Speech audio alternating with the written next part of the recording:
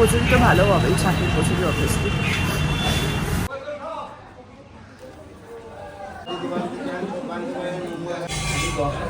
সকাল থেকে জার্নি করছে তো সেই জন্য ঘুমিয়ে পড়ছে টোটোতে যেতে যেতে। তো সে বিভিন্ন রকমের হাতের কাজ।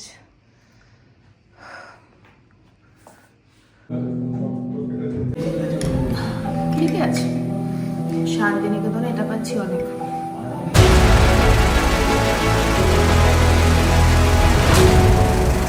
শান্তিনিকেতন সিরিজের এটাই ছিল আমার শেষ দিন। এখন যাব আমরা কঙ্কালীতলায়, কিন্তু তার আগে যাব একটা জায়গা যেখানে খুব সুন্দর কচুরি পাওয়া যায়। আর শান্তিনিকেতনের খুবই ফেমাস একটা জায়গা, সেটা সর্বমঙ্গলা সুইটস। এখানে তোমরা মিষ্টি তো পাবেই, আর তার সাথে পেয়ে যাবে ছাতুর কচুরি। তবে একটু তাড়াতাড়ি যেও, কারণ সকাল 8টা থেকে 12টা অবধি কচুরি পাওয়া যায়। তারপরে গেলে হয়তো পাবে, আমি জানি না, তবে আমি বলবো একটু তাড়াতাড়ি যাওয়ারই চেষ্টা করো। এই ঠান্ডাতে আমরা এসেছি কচুরি খেতে সর্বমঙ্গলা সুইটস। এখানকার খুব ফেমাস একটা মিষ্টির দোকান বলতে পারো, প্লাস হচ্ছে কচুরিরও দোকান, ছাতুর কচুরি পাওয়া যায়। তো চলো দেখা যাক কেমন লাগে আমাদের ব্রেকফাস্ট।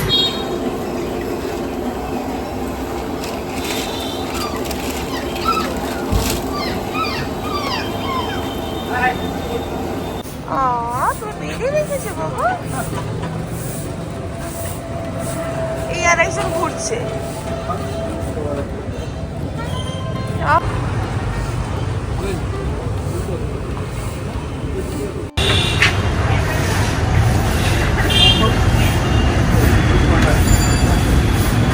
ভরে ভরে ছাতুর পুরো দিয়েছে,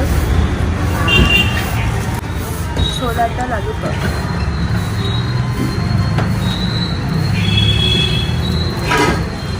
কচুরি তো ভালো হবে, ছাতুর কচুরি অবভিয়াসলি। আমরা ওখান থেকে কিছু মিষ্টিও নিয়েছিলাম, কারণ পরের দিনে বাড়ি ফিরছিলাম আর বাড়ির জন্য কিছু মিষ্টি আনতে হতো। আর এখানে গেলে তোমরা আগে বিল করতে হবে দোকানের ভেতরে, তারপরেই কিন্তু কচুরি পাবে। আর প্রত্যেকটা পিস কচুরির দাম ছিল 10 টাকা করে। আর এখানে মিষ্টিগুলো দেখতেই পাচ্ছ, মন্ডা থেকে শুরু করে গুড়ের রসগোল্লা, সব মিষ্টি ভীষণ সুন্দর ছিল।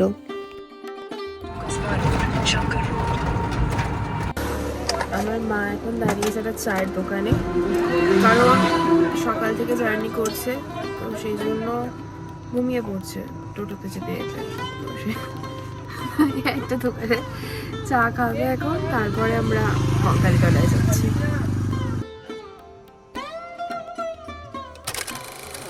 চলো, অনেকটা দক্ষিণেশ্বর টাইপেরই। চলে এলাম আমরা কঙ্কালীতলায় মায়ের দর্শন করতে। 51টা সতীপীঠের মধ্যে এটাও একটা সতীপীঠ, যেখানে মায়ের কাঁখাল পড়েছিল, আর সেই জন্যই নাম হয়েছিল কঙ্কালীতলা।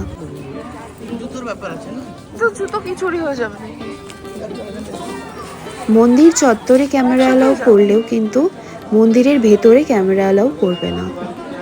আর এখানে কি কি সতীপীঠ রয়েছে, কোথায় মায়ের কোন অংশ পড়েছে, সবকিছু কিন্তু লেখা রয়েছে। ভবতারিণী মন্দির, এটা একদম কঙ্কালীতলার পাশে।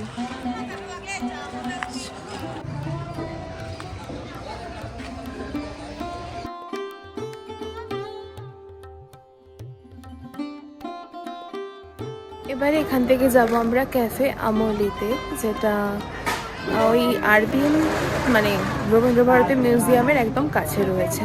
তো চলো।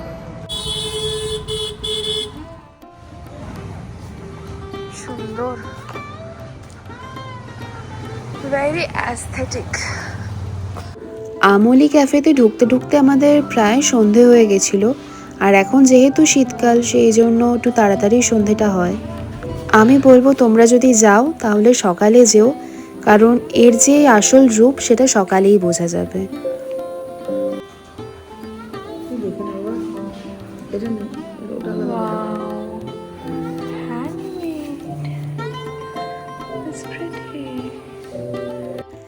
ক্যাফের মধ্যেই ছিল একটা স্টোর, যেখানে বিভিন্ন হ্যান্ডমেড জিনিস পাওয়া যাচ্ছিল।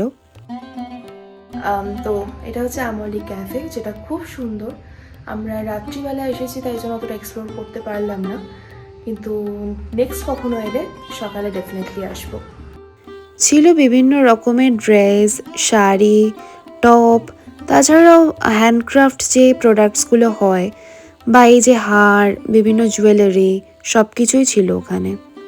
তোমরা চাইলে ভেতর থেকে কিছু শপিংও করতে পারো, তবে আমি বলবো এখানে প্রোডাক্টসের দাম অবভিয়াসলি একটু বেশিই হবে, তো সেই জন্য বাইরে থেকে কেনাটাই বেটার।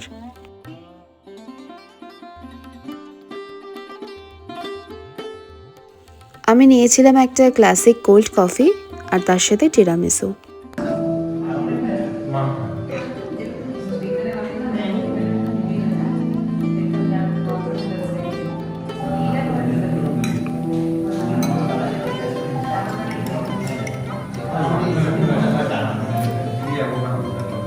এটা ভালো, মানে কোনো স্ট্রং ভালো, খারাপ না, ঠিকই আছে। শান্তিনিকেতনে এটা পাচ্ছি অনেক।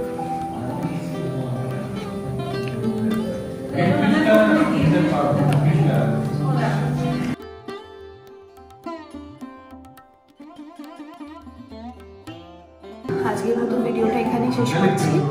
সবাই খুব ভালো থেকো। আর শান্তিনিকেতনের যে সিরিজটা চললো সেটা এখানেই শেষ হচ্ছে। আশা করি ভিডিওগুলো সবার খুব ভালো লেগেছে। অ্যাকচুয়ালি শেষ হচ্ছে না, তোমাদেরকে আমি আরও একটা ভিডিও দেবো যেখানে সমস্ত রেস্টুরেন্ট এবং শান্তিনিকেতনের যা যা খাবার জায়গা আমরা এক্সপ্লোর করেছি সেটা নিয়ে একটা ভিডিও আসবে। তো সবাই খুব ভালো থেকো, সুস্থ থেকো। আজকের মতো গুড নাইট। এমনি ভালো করে বল। কি বলবো? দোল খাচ্ছি। দোল খাচ্ছি, হ্যাঁ দোল খাচ্ছি, ভালো করে দোল খাচ্ছি।